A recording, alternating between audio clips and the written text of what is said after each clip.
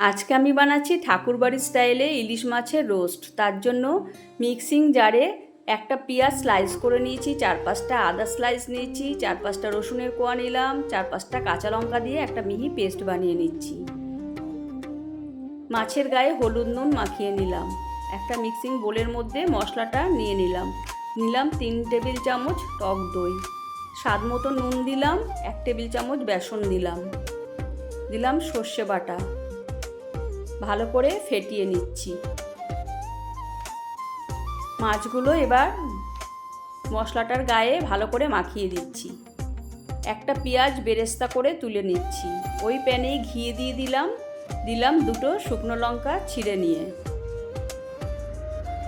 গ্রেভিতে মাখিয়ে রাখা মাছগুলো এক এক করে দিয়ে দিচ্ছি।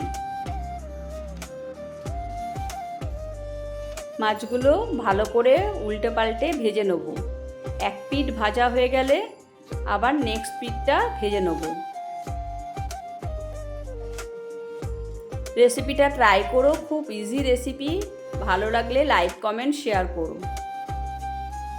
ঢাকা দিয়ে 5 মিনিটের জন্য রান্নাটা হতে দিচ্ছি। 5 মিনিট পর ফিরে আসলাম। রান্নাটা আমার হয়ে গেছে। উপর দিয়ে বেরেস্তা ছড়িয়ে দিলাম। গরম গরম ভাতের সঙ্গে সার্ভ করে নেবো, ভীষণ ভালো লাগে। তোমরা যারা এখনও পর্যন্ত আমার চ্যানেলটাকে সাবস্ক্রাইব করোনি তারা সাবস্ক্রাইব করে দিও। একবার হলেও এটা ট্রাই করে দেখো।